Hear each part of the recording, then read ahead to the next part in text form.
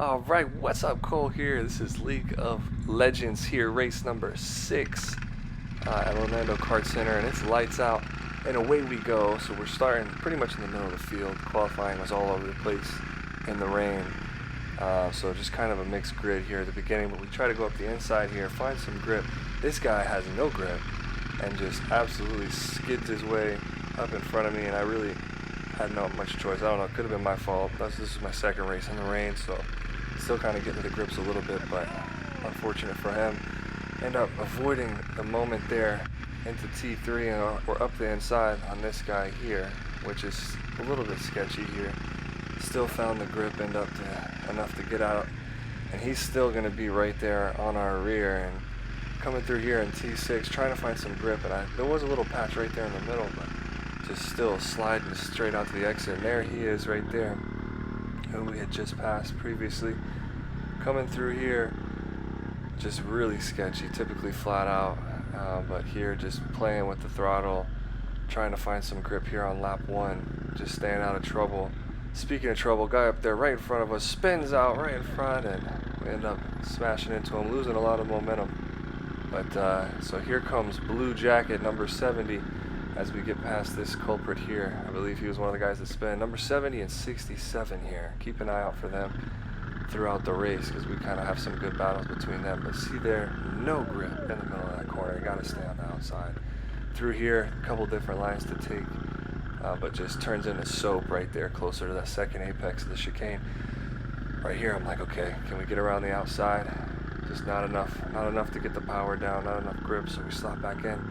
And he kind of sleeps a little bit, so we come pulling on the outside, get the draft, and we end up getting by here, getting the move done, because there's just no grip right there on the apex of T1. And you see, I kept kind of messing this corner up. I'm sure I could have kept going wide. I think I was losing time through there, and here as well, just really fighting the kart. And that gave number 70 here the opportunity to try to go around the outside here, but I'm going to just stick it to him here. We're going to keep racing right here, still there, side by side here. And so here I'm like, typically this is a perfect textbook switcheroo moment, but there's just no grip to be had, and it's us here losing out again to that position. And here we are, nearly a lap and a half later. We're catching up to 40. I think somebody had spun out or something. He had some kind of incident, and we are closing in a little bit, but you see 70 in the white helmet just in front of him, trying to find some grip here. Definitely no way to go up the inside, so we have to back out. And there's those two into a battle. He goes spinning out.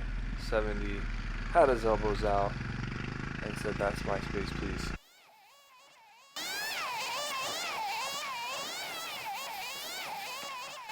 So nothing really happens here other than almost my death, because right there I get distracted up my left and had a huge snap oversteer moment. It was terrifying, and I peed a little.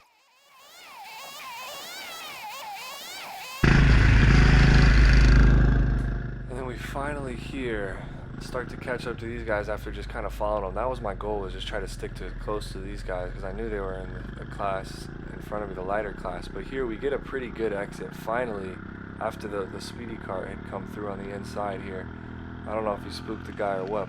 You see him turning around, looking, feeling the pressure. So now it's just no grip up the inside. There's no chance of making something like that happen. So you see here again, I'm just staying so inside. I know there was more time to be had around the outside, but slipping through the apex there. Those little bricks have some grip, and I'm not sure if some people use those on the exit there when it's raining. But I don't know. I was kind of just trying to stay away from them. But here we go now, back up as we close the gap a little bit. We're going to continue trying to push.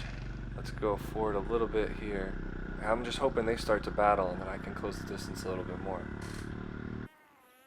So now coming into this fast right-hander into the left portion, we're going to get past up the inside of this hairpin and give him a little tap, because he came out of nowhere. But I'm saying what's up to my guy here, because we were talking, he was being real nice, sharing the wet line and everything, which here I'm like, okay, let me follow him and see where he's at. and you can just see how wide he's going. He's a whole cart length to my left. All the grip was out there, and you can kind of see the exit he got. But this line here is his line through the chicane, and I messed it up a little bit there, but I think in the next lap I kind of get it better. But that was the problem between the whole rest of the race. I was kind of in between those lines. But here we are trying to get in the draft here. 70's still up there on our right. We're going to see if we can try to close the gap a little, follow him through. And then right under braking, he moves straight over. So we bump him in the back. And we get past there. That lost some of our momentum. But there's 67 again. He had a few moments. He was definitely faster than me here. We just avoided death with the guy parked on the outside of exit number 3 there. So now here we are with lost a position, trying to get it back. So there's another big incident on the outside, and that was 70's doom right there, because as we here have all the grip on the outside, he's not going to have much choice but to just concede that position. I'm giving him the big thumbs up because that was a good battle. And I think that that's the last we're going to see of number 70 for the race. But here we are gripping up, trying to get some open air here and chase number 67 down now, because he is in my class. Big incident up here, just making our way through. Go up the inside here and take advantage of his lost momentum. It's crazy how the tires just grip up right there in that corner in the wet. It's just so amazing. Really something you can't see in the sim, in a simulator at all, is driving in the wet, because it's just outrageous. Even in a car. For my first experience, this was so much fun. But see, here's the line, keeping it tight on that apex and then shooting right over that apex. So you see almost, I think there was definitely some time gained right there up to 67, but I just couldn't. The rest of the race, I'm in between those two lines. I couldn't make my mind up which one I wanted, and you can kind of tell. But here we go, our cart's real fast. I wish it was dry, because, man, this cart would have been real quick. But see, we're here going to try to go up the inside just because we had so much speed, but that was just silly. That was never going to work. There's no grip. Same thing the guy did on the first lap. To me, just sliding, slip and slide through there. But here we go. We've closed the gap a little bit. Grip up on those bricks here. Try to jerk the cart a little bit into this hairpin. And you're going to see us shoot right up the inside here, wheel to wheel, keeping it clean, giving up some space. But watch up front. 67 is going to have a huge incident running into the barriers. And it looks like he probably joined right up the inside, but now we're going to try for the switchback in the rain. But I think that, are we going to get this move done on the outside? This is going to be pretty crazy if this works. Yeah, wow. And we made it work around the outside, made it stick. Don't even remember that one, but here we go, gripping up.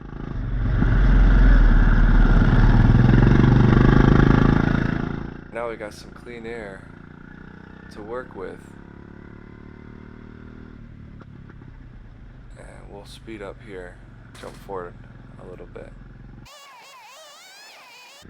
So coming up to a little bit of traffic here out of this chicane. Going real wide here, but able to just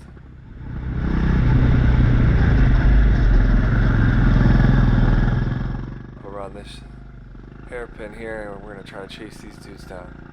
But out of nowhere, here out of 6, comes our good friend 67, who after multiple incidents is just relentless, coming out of nowhere with the thumbs up. And here's the battle that ensues. We're side by side flying through this in the wet, just trying to survive and stay on the track. But we're going to definitely start thinking about going defensive here, because we know it's late in the race. We know that guy's probably in our class. So just doing our best to try and stay in front here. We know we're feeling the pressure. So we move to the inside a little bit, but there's no point because he's not going up the inside. There's no grip. So we're going to keep it way wider, but you just see how much grip you have if you keep it wider. And here we are now. See, in between, I couldn't decide which line to take. You see, but I kind of split the difference there, and still just shot over the curb here. Try to grip up a little bit. You see, there's a cart struggling in front of us, but all I'm thinking about is staying in front of this guy here behind me. There's another speedy cart flies up, but we take the draft and reel this dude here in front of us right in. But I believe that that's the guy that is going to end up costing us. You'll see here just holding us up a little bit getting squirrely, and so we're side by side somehow coming out of the T3 there.